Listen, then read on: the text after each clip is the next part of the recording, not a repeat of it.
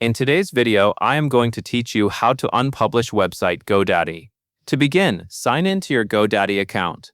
Once you are logged in, look to the top right corner of the screen and click on your profile name. This will open a menu with account options. From there, select My Products. This area is where Godaddy keeps all of the services and website tools connected to your account, so it is the right place to start when you want to take a website offline. After you are on the My Products page, scroll down until you find the Websites Plus Marketing section.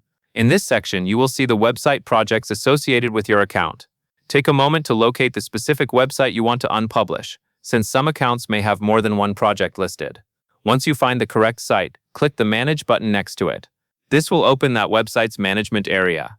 From the main overview dashboard for the website, click Edit Website. This takes you into the visual editor, which is the workspace where you can make changes to your site and control whether it is live or not. If the page takes a few seconds to load, just wait for the editor to fully open before moving on. Once you are inside the website editor, look toward the top menu bar. In many cases, you may see an Unpublish option directly near the Publish button. This is the setting you will use to remove the site from public view.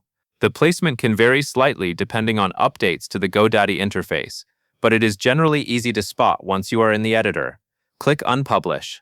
After that, a confirmation prompt will appear asking you to verify that you want to take the website offline. This extra confirmation is important because unpublishing will make the site no longer accessible to visitors on the web.